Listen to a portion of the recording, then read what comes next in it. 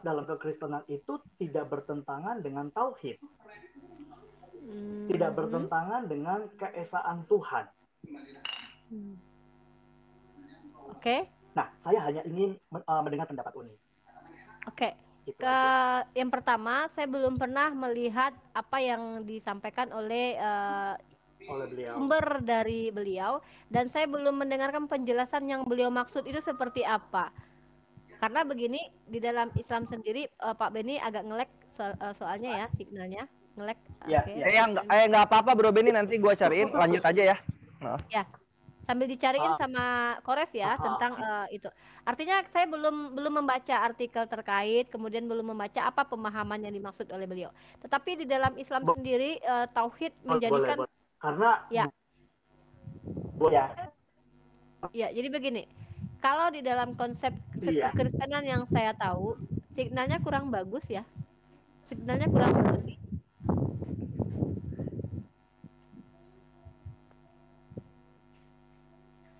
Oke, dengar suara saya Pak Beni? Putus Uni, agak putus-putus.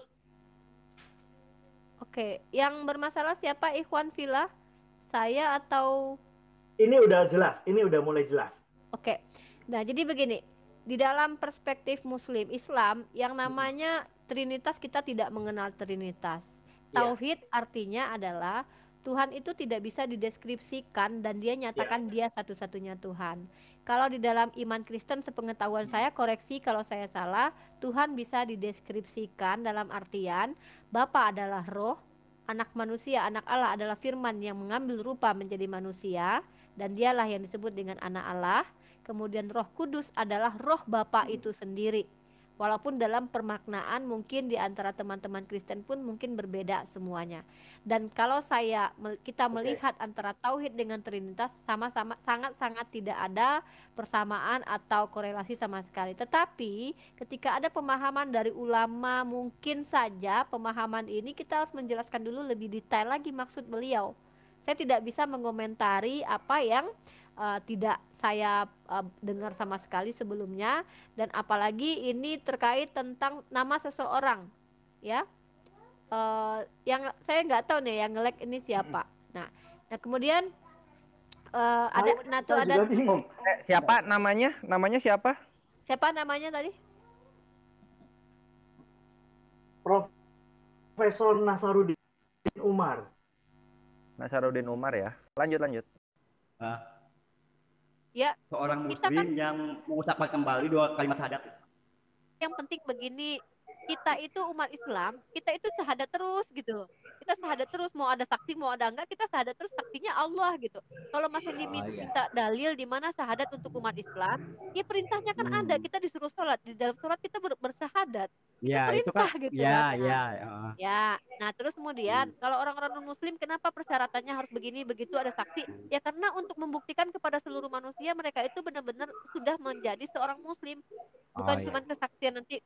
Jadi kalau Mas Hendrik memang sudah lahirnya udah diazanin gitu kan, orang tuanya bersaksi bahwa Mas Hendrik sendiri kan udah muslim gitu, ya sah dong. Karena kan dari kecil sudah diazankan, diazankan oleh orang tua, dan kemudian diajarkan tata cara sholat. Nah di situ bersyahadat terus, ya sah dong. Tapi kalau maksudnya dalilnya harus Islam harus bersyahadat lagi, ini saya bingung poinnya gitu. Jadi mungkin sepaham saya aja saya jawab gitu ya, biar lama. Ya udah, makasih, itu aja. Ya, bener ya. Pertanyaannya tentang kok bisa anaknya lebih tua daripada ayahnya ketika menggantikan tahta di kerajaan kan. Pertanyaan begini Uni, by the way, Uni udah tahu pertanyaan apa belum? Kan ini sistemnya PR kan, berarti Uni udah tahu dong jawabannya gitu loh. Atau belum tahu? Kalau jawabannya gini, karena Uni yang bertanya, artinya pertanyaan ini karena tidak tahu. Ya, karena tidak tahu, karena tidak atau tahu karena ya, ngetes. Gini, karena tidak tahu atau karena ngetes. Kalau Uni bukan ngetes, Uni memang benar-benar ingin tahu bagaimana pendapat dari Kiki tentang ayat ini, yang kalau menurut Uni ini anakronisme ya. Anakronisme ini sebuah sejarah atau cerita yang penempatan waktunya itu tidak masuk akal gitu loh. Itu yang disebut dengan anakronisme. Jadi Kalau Jadi menurut Kiki gimana tentang ayat ini? Gimana masa umur anaknya lebih tua dari bapaknya 2 tahun? nah, Kan nggak masuk ya. akal.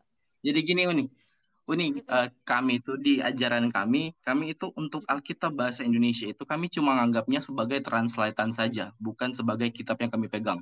Karena kami mm-mm. berpegang teguh dengan kitab dengan bahasa asli ataupun bahasa Inggris gitu loh. Karena lebih akurat di bahasa Inggris. Karena bahasa Indonesia, karena Oke. emang translatean, jadi pasti lembaga Alkitab Indonesia itu banyak kesalahan dalam mentranslate ataupun ya Oh, masih banyak manusia kan. sekali.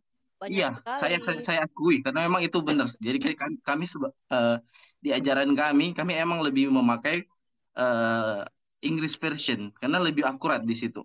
Berarti Kalaupun King kami mau James pakai ya? bahasa King aslinya, James Version ya? King iya. James. Karena kalaupun kami mau pakai bahasa Ibrani, kami sama seperti pasti di agama Islam juga kan pasti semuanya mungkin cuma tahu tahu Tafsir. cara baca tapi Tafsir nggak bisa gitu. ngerti kan, ya kan? Pasti kan begitu kan. Tetap pakai kalaupun mau mengerti pasti cari translatannya gitu loh. Nah, jadi di sini Mm-mm. permasalahan di sini untuk ayat di dua Tawarik itu kenapa anaknya lebih tua? Di situ ada kesalahan translate oleh Lembaga Alkitab Indonesia. Uni bisa baca di mana ya? Oke. Uni bisa baca versi Inggrisnya. Versi Inggrisnya. King Di James. situ King James Version. nah, ya, Bentar, Uni cari dulu. Kita yang bahas dua ini dulu Tawarik ya. dua. Kita pelan-pelan dulu. Dua Nah, Tawarik 21 dulu kita bahas. Di mana di nah, situ Yoram hmm, berumur 32 tahun pada hmm, waktu ia menjadi raja. ya, Dan 8 tahun lamanya ia memerintah Yerusalem. 32 ditambah 8 sama dengan 40. 40. Hmm, 40 ya. Nah, di ya, 2 Tawarikh 22, 1 sampai 2, lalu penduduk Yerusalem mengangkat Ahazia, anaknya yang bungsu menjadi raja menggantikan dia karena semua anaknya yang lebih tua umurnya telah dibunuh oleh gerombolan yang datang ke tempat perkemahan bersama-sama orang Arab. Dengan demikian nah, Ahazia anak Yoram, raja Yehuda menjadi raja. Ahazia berumur 42 tahun pada waktu ia menjadi raja dan setahun lamanya ia memerintah di Yerusalem. Nah, benar banget. bayangin ketika si Yoram itu cuman 48 tahun, dia tuh berumur 40 tahun ketika dia selesai digantikan anaknya Ahazia. Nah, Nah, Ahazia jadi raja waktu umur 42 tahun. Kok lebih tua si gitu. Ahazia? Gila. Iya. Gila Buat gak sih? buat aku, ya benar-benar banget Uni. Aku juga itu pas baca kok aneh gini aku pribadi. Nah, makanya dari situ aku langsung cari dong kok bisa seperti ini. Ternyata jawabannya ada di dalam Alkitab bahasa Indonesia juga dan juga ada Oke. di versi Inggrisnya. Karena di yang dua Tawarik dua itu kesalahan translate dari Lembaga Alkitab Indonesia. Uh, Oke, Jadi kami itu bentar. memang nggak mengimani apa yang ditulis di Alkitab yang bahasa Indonesia gitu loh. 2 Tawarikh Uni bisa baca 22 deh. 1 Yang 2. Bentar. 2 Tawarikh 22 ayat 1. Oke, kita yang 22 ayat 1 aja dulu ya. dua, Apa yang mana dulu nih? yang ayat dua, coba. Uni, 22 ayat 2. Bentar ya, kita ambil King James versionnya ya. Bentar. Uni, Ini juga punya yang bahas King James versionnya. Oke, kita baca. In the age of Jerusalem made Hosea his youngest son king in his state for the band of men that came with the Arabian. So the camp has slain Hosea son. Bentar, di mana ya? 40 and 2 years. 40 and 2 years. Ya kan? 42 kan? 42 tahun kan? 40 and 2 years old was Ahazia when he began to reign ya. Sorry, Uni nggak terlalu pelafasannya takut salah. Jadi memang 42 ya. Memang umur dia 42 waktu dia menjadi raja gitu kan? tunggu nih ya, bentar ya. Ya. Di King James-nya yang 2 Chronicle 2 ya. Verse berapa ini?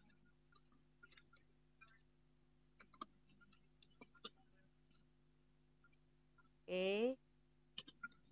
2 Tawarikh 22 1 sampai 2.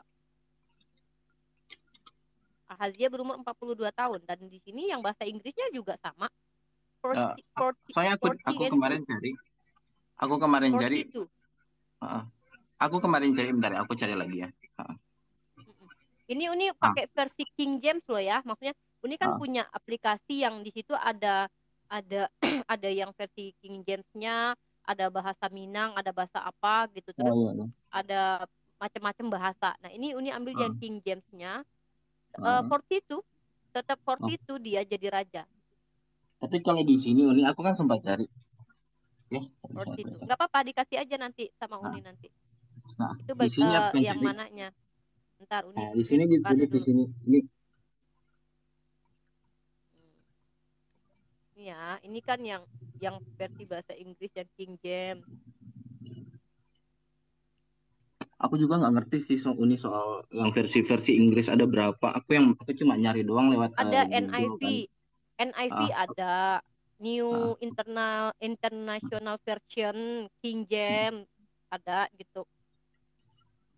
Ntar kita ambil ini dulu. Nah, eh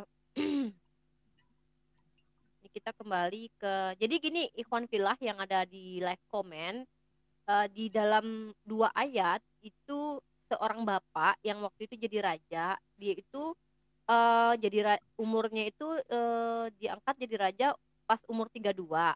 Nah, jadi raja 8 tahun. Nah, jadi kan umurnya 40 tahun tuh. Digantikan sama anaknya umur 42 tahun gitu loh. Jadi permasalahannya ini ada sesuatu yang sangat salah. Kenapa? Masa anaknya lebih tua dari bapaknya umur 2 tahun gitu. Nah, mungkin ini si Kiki punya jawabannya. Jadi kita cek di King James Version karena menurut Kiki terjemahan pun ya salah lah menurut Kiki gitu kan. Ya nggak apa-apa lah, Kiki punya hak untuk mengatakan apapun itu gitu. Kita coba cari di yang 2 Tawarikh 215. 2 Tawarikh 21 2 Tawarikh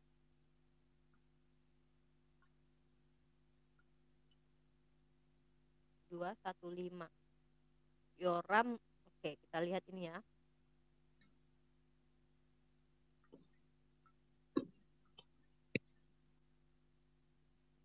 32 years. Ya benar. Jehoram was 32 years old when he began to reign. Waktu dia jadi raja tuh umur 32 tahun. And he reigning gitu. Reigning Ini, bahasanya ya sorry. 8 nah, years. Uni, boleh aku ganti handphone nggak? Soalnya dataku ada di handphone yang satu. Boleh Oh bentar boleh doang. boleh nanti nggak apa-apa keluar dulu. Tapi Uni udah lihat di King James sama aja kayaknya ya. Nggak ada perubahannya. Nah, Dilakukan gitu menurut Uni. aku ya, Umi ya. Aku jawab ya. Nah, Ya. oke. Buat aku apa yang di dalam Alkitab, semua yang ditulis di Alkitab, sejarah-sejarah yang ditulis di dalam Alkitab itu bagi aku itu hanya histori gitu loh. Kita ambil positifnya Ya. saja, yang negatif aku buang. Kalaupun ada kesalahan itu pasti ini ini cuma istilahnya bagi aku itu histori gitu loh. Kayak kita belajar Boleh satu sejarah. kali pertanyaan lagi? Boleh dong. Ini bukan bermaksud mendesak. Mm-mm. Bagaimana ketika ada sebuah cerita kisah dan terdapat kesalahan di dalamnya dan kita percaya itu Kiki percaya itu datang dari Tuhan, diilhami Tuhan orang-orang yang menulis ini. Ternyata di situ ada kesalahan. Bagaimana Kiki bisa menjamin bahwa yang lain itu tidak ada kesalahan lagi atau atau penyimpangan lagi? Menurut Kiki gimana? Kalau aku sih aku nggak bisa menjamin ya Uni ya. Aku nggak bisa menjamin kalau ada pasti yang lain nggak ada kesalahan atau gimana gitu kan. Tapi di sini aku cuma beriman saja. Enggak, Uni punya banyak yang bisa Uni tunjukkan. Kesalahan teks Septuaginta dengan teks Mesora itu ada. Matius 2 Matius 2 Matius 2 ayat 21 apa Matius berapa? Ada Matius di mana di situ Matius mengutip kitab Hosea 11 ayat 1 untuk nubuatan Yesus, tapi ternyata antara teks Septuaginta dengan teks Mesorahnya berbeda. Dari Mesir kupanggil anakku. Kalau di teks Septuagintanya dari Mesir kupanggil anak-anaknya.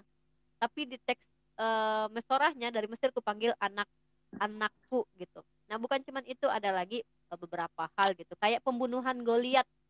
Yang membunuh Goliat siapa? Elhanan atau siapa? Ada orang yang berbeda gitu. Itu ada lagi ayatnya. Nanti kalau mau membahas tentang textual proof ini, silakan kita komparasi aja. Kalau memang Kiki juga bisa menemukan kesalahan di Al-Quran, silakan ajukan ke Uni. Uni tidak masalah, insya Allah Uni jawab. Kalau kalau Kiki mau menjawab semua pertanyaan Uni, maksudnya Uni cuma pengen secara jujur dari dalam hati Kiki yang paling dalam. Kalau seandainya ternyata Kiki menemukan betul-betul kesalahan secara tekstual, karena bukan cuma ayat ini ya, ada beberapa hal yang ini sangat-sangat berbahaya buat doktrin ya, karena ini merubah doktrin. Apa yang Kiki lakukan? Apakah masih bisa kitab suci yang Kiki selama ini percaya yakin bahwa itu datang dari diilhami Tuhan, ternyata ada kesalahan?